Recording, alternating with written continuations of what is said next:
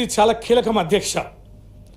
సమాజం పరిపూర్ణంగా ఉండాలి, క్రమశిక్షణాయుతంగా ఉండాలి, అప్పుల బారిన పడకుండా ఉండాలి, పేదవాళ్ళు ఎదగాలి, ఉన్నతిగా ఎదగాలి, ఒక గౌరవప్రదమైనటువంటి సమాజం ఉండాలంటే బ్రహ్మాండమైన ఆరోగ్యం ఉండాలి, చక్కటి విద్య కూడా ఉండాలి అధ్యక్ష. అవును, ఎందుకు చదవాలి అధ్యక్ష? ఒక మనిషి ఎందుకోసం చదవాలి అంటే ఒకటి వ్యక్తిత్వ వికాసం. నువ్వు చదువుకున్న వాడివి ఇలాగైనా మాట్లాడేది అని మనం అంటాం. అంటే ఒక వ్యక్తిత్వాన్ని పరిపూర్ణంగా పెంచుకోవడం కోసం చదువు అనేది కీలకం అధ్యక్ష. రెండవది ఏంటి? సామాజిక బాధ్యత, సోషల్ కాన్సెప్ట్ ఉండాలి అధ్యక్ష. సామాజిక బాధ్యత అనేది ప్రతి ఒక్కరు కనుక భావిస్తే ఉమ్మడిగా ఈ సమాజం ఉన్నతంగా బ్రతకాలి.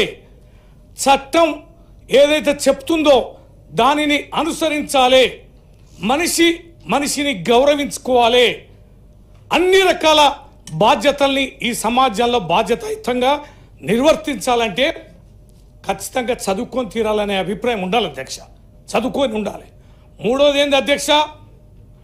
కడుపు కూడా నింపాలి. ఎందుకు చదువుతున్నావురా అంటే బ్రతకడం కోసం.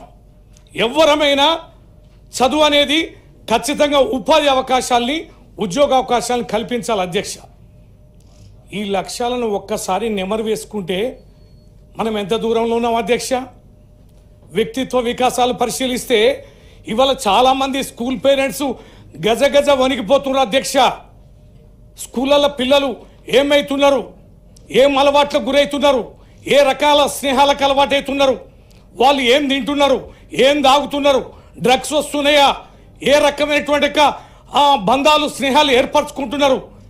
వారు స్కూల్కు పంపడం అనేది ఇదివరకు గొప్పగా భావిస్తే ఇప్పుడు అరిచేతుల్లో ప్రాణం పెట్టుకొని ఇవాళ పేరెంట్స్ పిల్లల్ని పాఠశాల కళాశాల పంపిస్తున్నారు అధ్యక్ష. ఈ భయకంపితమైన వాతావరణం ఇవాళ విద్యారంగంలో ఎందుకు వచ్చింది అధ్యక్ష?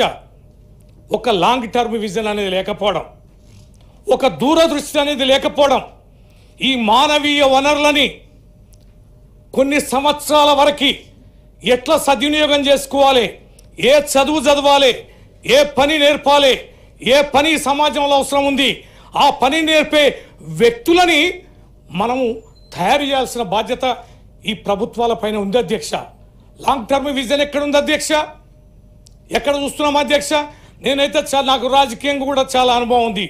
నేను చాలామంది అధికారులు, గతంలో కొందరు ఐఏఎస్ అధికారులు ఉన్నారంటే విద్యాశాఖకి డైరెక్టర్గా, కమిషనర్గా, సెక్రటరీగా ఉన్నారంటే పెను మార్పులు ఆలోచన చేస్తుండేది, ప్రభుత్వాల ముందు పెడుతుండేది, రాజకీయ నాయకులకు అప్పీల్ చేస్తుండేది. ఈ విద్యలో ఈ సంస్కరణలు తీసుకురావాలి, రాబోయే రోజులు ప్రమాదకరంగా ఉన్నాయి, ఈ మార్పును తీసుకురావాలని అధికారులు అనేకమైన ఆలోచనలు చేస్తుండేది అధ్యక్ష. ఇవాళ విద్యాశాఖ అధికారులను ఎవరు నేస్తున్నాం అధ్యక్ష? కేవలం పొలిటికల్ పోస్టింగ్స్ అవుతున్నాయి. విద్య పైన కమాండింగ్ లేదు, దూరదృష్టి లేదు, ఆలోచనలు లేవు. ఆలోచనలు పంచుకునే ఈ సమాజానికి ఒక గొప్ప విద్యని, ఒక మంచి మానవీయ వనరులను తయారు చేయడానికి కావాల్సిన పునాది వేయగలిగే అధికారులను చూస్తలేదు మనం. మంత్రులు కూడా విద్యాశాఖ మంత్రులు వేస్తే నవ్విపోతారు కదా, నాకేంటి సిగ్గు అనేటట్టు ఉంటుంది అధ్యక్ష. విద్య మీద కన్సర్న్ ఉండదు, రివ్యూలు చేయలేరు, ఉపాధ్యాయ సంఘాలతో మాట్లాడలేరు, వాళ్ళని ట్యూనప్ చేసుకోలేరు. చాలామంది కమిషనర్లు, డైరెక్టర్లు అయితే ఐఏఎస్ అధికారులు ఉపాధ్యాయ సంఘాలు నాయకులు వస్తారంటే పారిపోతారు అధ్యక్ష. సలహాలు ఇస్తే పోరు అధ్యక్ష, వీళ్ళు పైరవీలకు పోతారు అధ్యక్ష. ఈ టీచర్ ట్రాన్స్ఫరు, ఆ టీచర్ ట్రాన్స్ఫరు, ఈ బోనస్ ఇవ్వాలి, వాడిని కాపాడు, వీడిని కాపాడు అని గజ వణికిస్తే పోతారు అధ్యక్ష. గౌరవ శాసనసభ్యులు, శాసన మండలి సభ్యులు కూడా ఇలా అధికారులకి, విద్యాశాఖ మంత్రికి ఇలా ఆలోచనలు ఇచ్చేటట్టు పరిస్థితి లేదు అధ్యక్ష. ఇవాళ నేను హైయర్ ఎడ్యుకేషన్ చైర్మన్లు గతంలో మా ప్రభుత్వంలో కానీ ఇక ఇప్పుడు కానీ ఎప్పుడు కానీ చూస్తున్నాం అధ్యక్ష.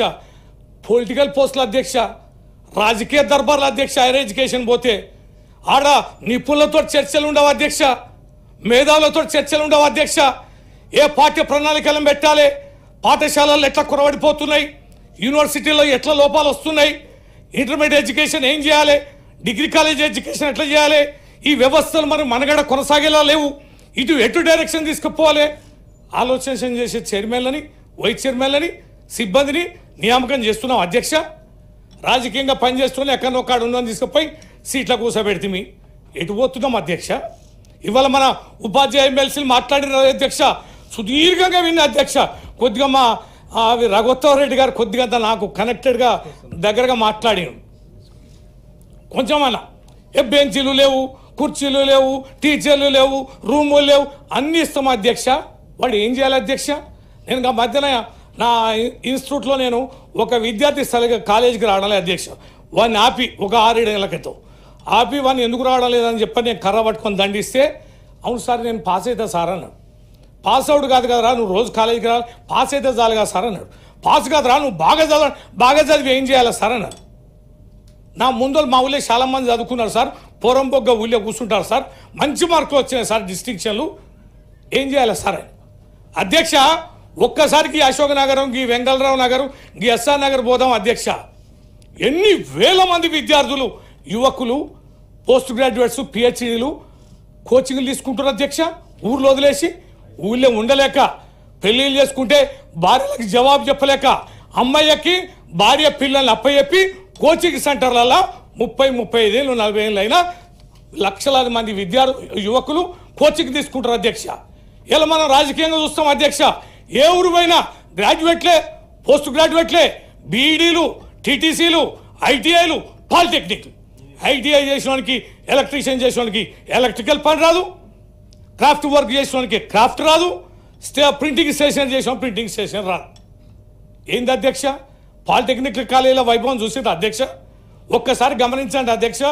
ఇదివరకు గతంలో అంటే స్కేర్ సిటీ ఉండే, ఉన్నప్పుడు చదువుకున్నోడికి ఉద్యోగాలు వచ్చాయి. ఇప్పుడు స్కేర్ సిటీ లేదా, వర్త్ కావాలి. ఇప్పుడు నా విద్యా సంస్థలో పనిచేయాలంటే మంచి లెక్చరర్ దొరకడు అధ్యక్ష. కానీ లక్షల కొద్ది, వేల కొద్ది పోస్ట్ గ్రాడ్యుయేట్స్ ఉంటారు. ఓ మంచి టీచర్ దొరకడు అధ్యక్ష. వచ్చేంత మంది బీఈడీ ట్రైనింగ్ చేసిన ట్రైనింగ్ హోల్డర్స్ ఉంటారు. ఇవాళ కరెంటు పని ఇళ్ళలో చేయాలంటే బీహార్ వాళ్ళు, ఉత్తరప్రదేశ్ వాళ్ళు, ఒరిస్సా వాళ్ళు, మధ్యప్రదేశ్ వాళ్ళు, ఛత్తీస్గఢ్, మిగతా రాష్ట్రాల వాళ్ళు, ఈ హైదరాబాద్ తెలంగాణలో 25-30 లక్షల మంది స్కిల్డ్ పీపుల్ వచ్చి పనిచేస్తున్నారు అధ్యక్ష. మన వాళ్ళు తిండికి లేక, పని దొరకక, వ్యవసాయం చేయక, పోస్ట్ గ్రాడ్యుయేట్ సర్టిఫికేట్లు చేతిలో పెట్టుకొని వ్యవసాయం చేస్తేనే, వ్యవసాయం చేస్తే ఏముంటుంది అధ్యక్ష? ఎకరం పొలం పండిస్తే ఖర్చులు పోను 20-25 వేలు వస్తాయి. వ్యవసాయం కడుపు నింపదు, చదివిన సర్టిఫికేట్ ఉద్యోగాలు ఇవ్వదు, చేద్దామంటే పని ఉండదు. నేను మొన్న రంగం సినిమా చూసిన అధ్యక్ష. సినిమా చూస్తే దాంట్లో బ్రహ్మానందం అంటాడు అధ్యక్ష. రిటైర్ అవుతారు ప్రకాష్ రాజును, వాళ్ళు కళాకారులు ఉండే రిటైర్ అవుతారు. రిటైర్ అయినాక ఇంటికి పోయినాక కొద్ది రోజులు అయినాక వాళ్ళకి రంది స్టార్ట్ అయింది. ఏం పని చేయాలి? నా వంట పని రాదు, నా ఇంటి పని రాదు, నా వేరే ప్రపంచం తెలియదు, కూరగాయలు పండియడం తెలియదు, వ్యవసాయం తెలియదు, పొలం లేదు, శలక లేదు. అవునరా, ఎట్లా ఏం చేయాలని వాళ్ళిద్దరు ఫ్రెండ్స్ అనుకుంటారు. మనకి ఏం పని రాదు కదరా, ఏం చేద్దామని. ఏం చేస్తారు అధ్యక్ష? ఏం పని వచ్చు అధ్యక్ష? ఏం పని నేర్పుతున్నాం అధ్యక్ష? చాలా తీవ్రంగా పరిగణించాలి అధ్యక్ష. ప్రభుత్వాలు ఏమన్నా కానీ ఇవాళ నేను ప్రభుత్వాల గురించి మాట్లాడాలి. మా ప్రభుత్వం, ఈ ప్రభుత్వం అని. కాస్త అంతో రెసిడెన్షియల్ స్కూల్ పెడితే రెసిడెన్షియల్ స్కూల్లో సీట్ కావాలని పైరవికి వచ్చేది. ఇప్పుడు అది కూడా అడిగేటోళ్ళు లేవు. ఓ రెసిడెన్షియల్ కాలేజీలో సీట్ కావాలని ఇప్పుడు అవి కూడా అడిగేటట్లేదు. ఇక అప్పుడు మేమేదో మన ఊరు మన బడి అని కొన్ని వేల కోట్ల రూపాయలు ఇచ్చినాం, మధ్యలో అయిపోయినాయి. మళ్ళీ వీళ్ళు వచ్చి ఇంటిగ్రేటెడ్ స్కూల్ అంటారు. ఆడాడ పెట్టిన రెసిడెన్షియల్ స్కూల్ అన్నిటి కలిపి ఒక్క దగ్గర పెడతాడట. దీనికి 200 కోట్లు ఒక్కొక్క స్కూల్కి. డబ్బులను ఎడిపోతున్నాయి అధ్యక్ష. ఊళ్ళో అడగకున్న అధ్యక్ష సీసీ రోడ్లు వేస్తాం. మరి ఎందుకు వస్తారో తెలియదు కానీ రోడ్డు మీద రోడ్డు వేస్తారు అధ్యక్ష. ఒక్కొక్క ఊళ్ళే రకరకాల స్కీముల ద్వారా ఎన్ని లక్షల రూపాయలు మట్ల పోస్తామంటే విపరీతంగా అవసరం లేకుండా క్లాస్ రూమ్. మా ఊళ్ళో 10 క్లాస్ రూమ్లు ఉంటాయి అధ్యక్ష. 7వ తరగతి వరకు ఉంటుంది అధ్యక్ష. 8 టీచర్లు ఉన్నారు అధ్యక్ష. 18 మంది విద్యార్థులు ఉన్నారు. ఎందుకోసం కట్టిన అన్ని రూములు, ఇన్ని లక్షల టీచర్ల ఉద్యోగాలు చేసి ఆ 18 మంది పిల్లలేండి? విశ్వాసం లేక అధ్యక్ష. ప్రభుత్వ విద్యా సంస్థలపైన విశ్వాసం లేక ఇలా గవర్నమెంట్ టీచర్లు అంటారు అధ్యక్ష. మమ్మల్ని ఏం చేయమంటారు? ఆయమన్నోడం private school boy, private college boy. ఇక మరి పేదోడు బక్కోడు మా దగ్గరికి వచ్చే వాడేమో సక్రమంగా బడికి రాడే, మేము ఎట్లా చదువు చెప్పాలని. మరి ప్రైవేట్ స్కూళ్ళల్లో పోయినప్పుడు అలా చదువుకున్నోడికి గొప్ప నౌకరు వస్తుందా?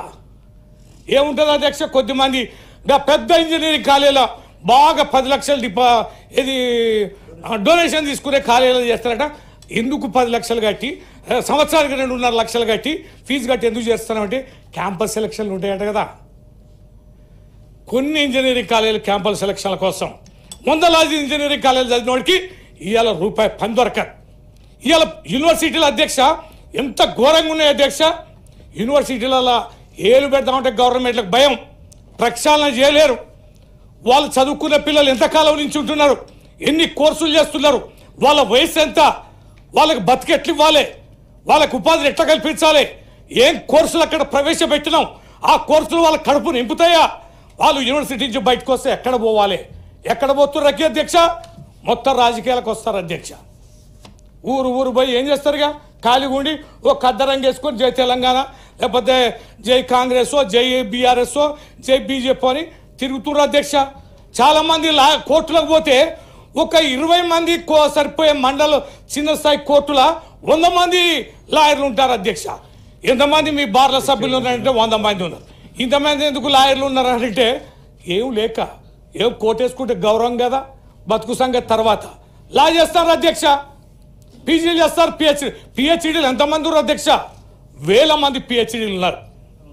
నేను అంటున్నా అధ్యక్ష, ఈ సమాజానికి నష్టం చేస్తున్న ఇప్పుడు మెడికల్ కాలేజీలు గౌరవనీయులు దామోదర్ రాజనరసింహ గారు ఇక్కడనే ఉన్నారు.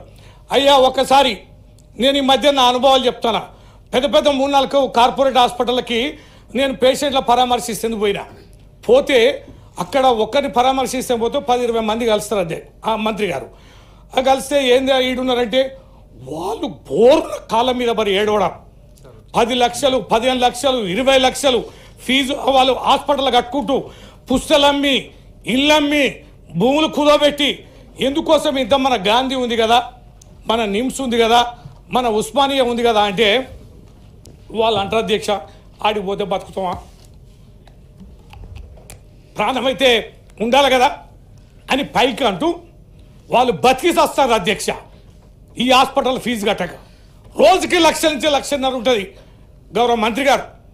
అంటే ఈ పేదలు ఆస్తులని కుదోబెట్టి భూములను అమ్మి పుస్తలను అమ్మి ఎందుకు ప్రైవేట్ హాస్పిటల్ వైద్యం తీసుకుంటున్నారు? ఇన్ని ప్రభుత్వ వైద్యశాలలు ఉన్నాక, ఇంతమంది డాక్టర్లు ఉన్నాక ఎందుకు పోవడాలంటే విశ్వాసం లేదు. ఇక్కడ పోతే మా ప్రాణాలు దక్కుతాయని నేను మా దగ్గర నెల్లికూరు మండలంలో ఒక పేషెంట్ని బతిలాడి తీసుకుపోయి ఆయన రాజారావు అని సూపరింటెండెంట్ ఉండే ఆయనకు రిక్వెస్ట్ చేసి నేను బెడ్ మీద బండ పెడితే గంటకే తప్పించుకొని పోయి, ఎందుకు గాంధీలో చేస్తే, ఎందుకంటే వామ్మో నేను ఇక్కడ ఉంటే బతకను, నేను చచ్చిపోతాను. ఎందుకు ఆ విశ్వాసం? ఎందుకు ఇన్ని కోట్లు పెట్టి మనం ఇంత ఎడ్యుకేషన్ ఖర్చు పెడుతున్నాం? ఈ డబ్బులన్నీ ఎడిపోతున్నాయి. ఏ కుటుంబాల్లోని మనం అప్లిఫ్ట్ చేస్తున్నాం? ఏ సమాజాన్ని మనం పెంచుతున్నాం? నేను మొన్న నైజీరియా కెన్యా పోయిన అధ్యక్ష, పోతే అక్కడ నైరోబి పక్కన మొత్తం దేశాలు 3 దేశాలు కూడా తిరిగిన, ఎక్కడ కూడా చెత్త లేదు అధ్యక్ష, ఎక్కడ కూడా హారన్ కొట్టిన వాళ్ళు లేరు అధ్యక్ష, ఎక్కడ కూడా పబ్లిక్ యూరినేషన్ లేదు అధ్యక్ష, ఎక్కడ కూడా కారు ఓవర్టేకింగ్ చేయడం అనేది లేదు అధ్యక్ష. యావత్ సొసైటీ అంతా యూనిఫామ్గా ఒక్క త్రాటి మీద ఉన్నారు అధ్యక్ష.